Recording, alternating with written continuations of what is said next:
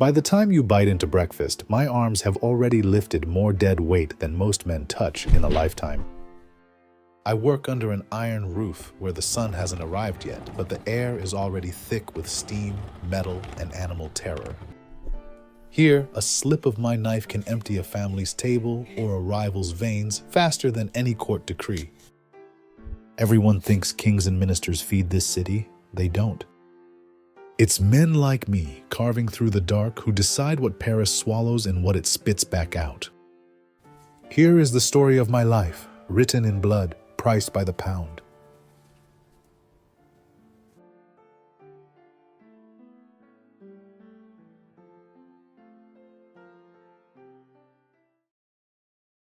They call this place the Belly of Paris. My day starts when the carts from the slaughterhouses grind into the halls loaded with carcasses. The air is black and full of steam, and every breath tastes like iron, dung, and horse sweat all at once. I grew up with my feet in the runoff behind my father's stall, watching red water snake toward the drains. He was a butcher before me, and his father before him. By 10, I could tell beef from veal by touch alone, eyes closed. School never had a chance. By 13, my classroom was a wooden block and a knife as long as my forearm. Here, strong men are the first to move when the wagons arrive. They slide the hooks into the hocks and shoulders and lift 200 kilos like it's laundry. I just stand waiting, apron already tied, ticking off carcasses in the half-light as they swing past. There's a moment just before the first cut when the whole side of beef hangs, untouched, pale and heavy, perfect in the lantern glow. Then I drive the knife in, and that moment is gone. From there, it's all separation, muscle from bone, fat from lean, good from waste. The blade doesn't forgive hesitation, and neither does the crowd that will be here by dawn. If you work with meat, your nose outranks your eyes. Fresh beef has a clean, almost sweet smell under the blood. Corruption announces itself in a way no inspector's stamp can hide. The smellers come through with their official badges and solemn sniffs, but we were rejecting bad carcasses long before their commissions learned that stink can kill. Out here we speak Loucheben, the butcher's argot that twists words until outsiders hear nothing but nonsense and laughter between the stalls. It lets us curse a difficult client to his face without him ever knowing he's the joke. By 4 in the morning, the pavilions are roaring, fish screaming their last in crates, vegetable sellers setting up, bakers passing with hot loaves. The city above is still dark, but down here we're already soaked to the elbows, sleeves stiff with drying blood. When shopkeepers in other quarters yawn awake, we've been at work for hours making sure they have something to sell. A side of beef doesn't just test your arms, it tests your spine, your ankles, and the little bones in your hands. I've seen guys come in broad-shouldered boys and leave 20 years later twisted like old trees. People often talk about the great stink of Paris as if it lasted only a summer. For us, the smell never leaves. Blood, offal, guts, and somewhere underneath it all the sour note of fear from every animal that passed through the slaughterhouse. Hygienists come with speeches about microbes, but they've only just discovered what my boots have known for decades. Not all cuts are equal, and neither are the mouths they feed. The good steaks and roasts go to the richest wives who arrive with lists and opinions. They point, I smile, and money changes hands. What's left goes to the workers who come in at the end, counting coins, bargaining for soup bones to stretch the week. If you look at my palms, you can read my apprenticeship in scars. One slip on a wet floor, one distraction in the push of the crowd, and the knife reminds you that it's not your friend. I've stitched myself with butcher's twine in the back of the stall more times than any doctor has ever seen me. People assume a butcher never goes hungry. They imagine me feasting in the back room on the best cuts.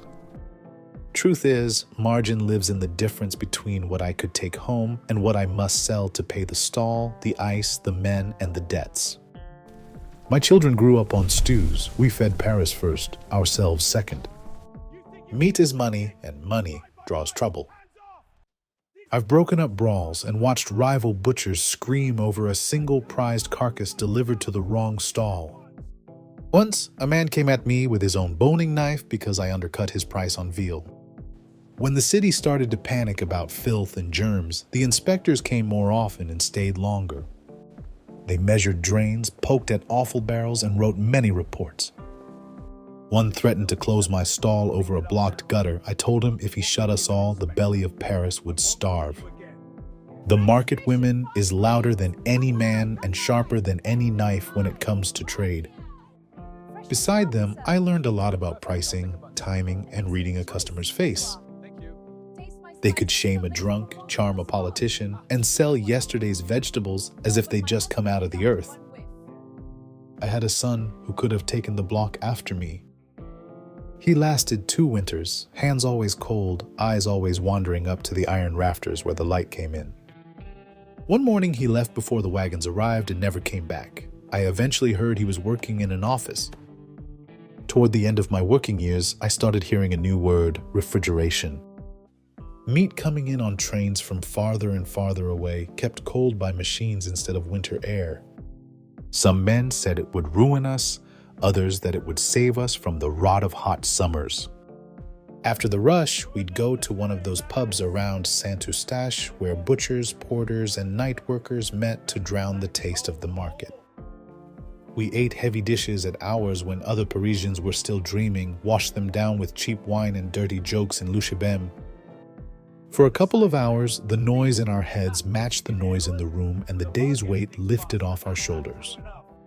I never thought I'd live to see the Balter pavilions come down, but metal and glass don't last forever in a city that's always remaking itself.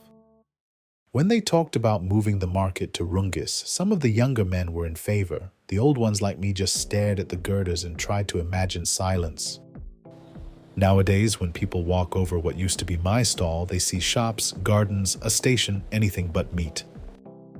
They talk about the belly of Paris like a romantic story, all fog and shouting and color, and they're not wrong, but they forget the hands that lifted, cut, and bled to keep it full. I didn't write history, I fed it, one carcass at a time, until my own body was as carved up by the years as anything that ever hung from my hooks. Every night, while Paris dreams under its blankets, I crawl through its refuse with bare hands. Not as a beggar, but as the man who knows the city better than any priest, noble, or policeman. I can walk blindfolded and still tell you where I am just by the taste of the mud on my boots and the weight of the scraps in my sack. The rich think they rule this city from salons and offices, but their true history is rotting in the gutters I empty. I see their secrets before the sun does. Letters torn in anger, shoes abandoned after a night gone wrong, or blood on clothes no one wanted to wash. Watch long enough and you realize the city doesn't lie to me. It litters, and in its litter, it confesses.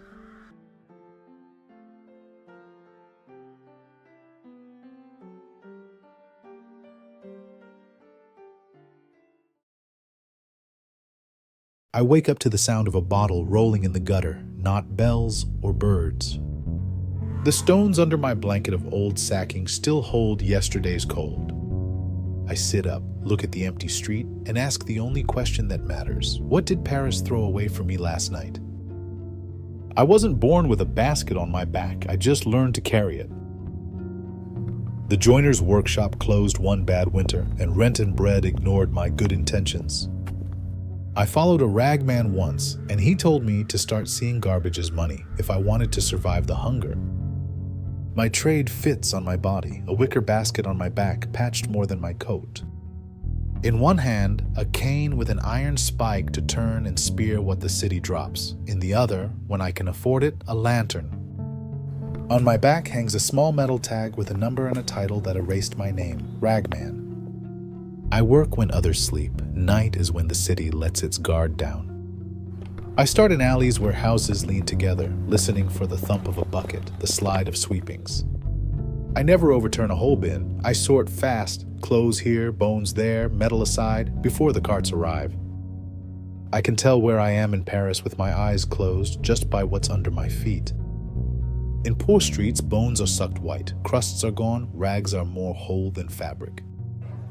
Closer to the rich quarters, I can find half-burned candles or shoes thrown away.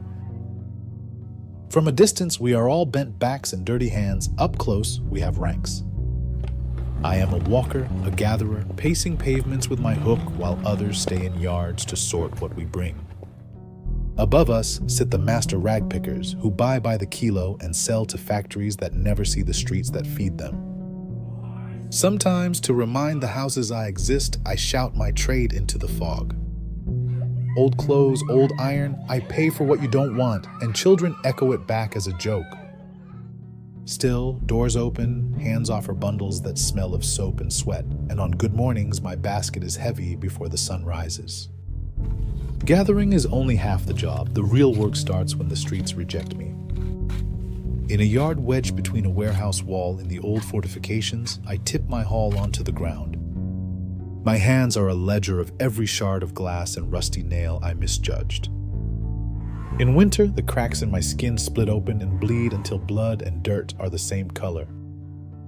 The dust of old rags scratches my lungs, and some nights every breath feels like drawing a file across my ribs.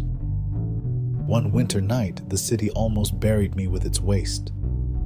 I climbed a fresh heap too soon after the cart tipped it, chasing a promising bundle of clothes, and the ground turned to liquid under my boots. For a moment, I was inside the trash, choking on rags and ash until another colleague's hook caught my coat and tore me back into the air. They mock me in daylight, but they come quietly when they need something out of the dirt. A washerwoman once paid me to find a missing marked sheet, and I traced it to a gutter grate, already half glued there by mud. Butchers glare when I move too close, yet they know I turn their useless bones into coins from soap makers and glue boilers. I tried to keep this work off my family's shoulders. Hunger decided otherwise. My wife began by helping me sort, swearing she'd never follow a cart until the price of bread rose. Now she walks 2 streets behind me with a smaller basket, and our boy learned the difference between a good rag and a useless scrap before he knew his letters. Once, I found a small wooden box tucked between cabbage leaves and a broken crate. Inside were a ring and a lock of hair tied with blue thread, worth more than a week of my usual haul. For 2 days, I carried someone else's story in my pocket, then put it back on the step I thought it came from and walked away hungry. One year, the city suddenly decided it could not stand the sight of us in its bins. New rules banned us from rummaging on the open street, all in the name of hygiene and fewer rats. Overnight, half of what we lived on vanished behind lids and doors, and men who had bent over pavements for decades found themselves cut off from their only harvest. Pushed out of the center, we gathered along the old fortifications and at the city's edges. There, shacks of planks and tarred canvas grew out of the same scrap we lived on, with sorting yards instead of gardens. At night, we sat on upturned crates, trading roots and curses and cheap wine, building a neighborhood from refuse and stubbornness. Winter strips us twice, first the trees, then people's generosity. In the cold months, every crust is eaten, every rag used one more time before it hits the street. Snow hides what little remains, and each year a few of us simply don't stand up again, frozen in the same bent posture they worked in. Not everything I find goes straight from gutter to factory. Some things pass through our own market first. On Sundays, I haul my best salvage to the ground by the city's edge, where we lay out cracked plates, worn shoes, and faded prints on blankets. Respectable people stroll there now, delighted to rummage through what they would cross the street to avoid the day before. Progress arrived in the form of neat containers designed by men who never held a hook. Courtyards sprouted proper bins with lids, and refuse was to go inside them, not on the open ground. We were grudgingly allowed to follow the carts and climb in during a narrow window, but everyone could see our days of free foraging were sealed in metal along with the trash. My back no longer straightens, and every step writes a complaint in my knees. The basket that once felt light now drags at me like another man clinging to my shoulders. But my eyes are keener than ever. I can still spot a glint of metal in mud or a strip of good linen on a thorn faster than any youngster the factories haven't swallowed yet. If you asked the city to list its important people, it would never think of the ragmen. Yet, I have walked its veins from wall to wall, reading its habits in the rags, bones, and bottles it sheds. I know what it eats, what it fears, and what it tries to forget because all of it passes through my hands before it disappears into smoke, soap, paper, or dust.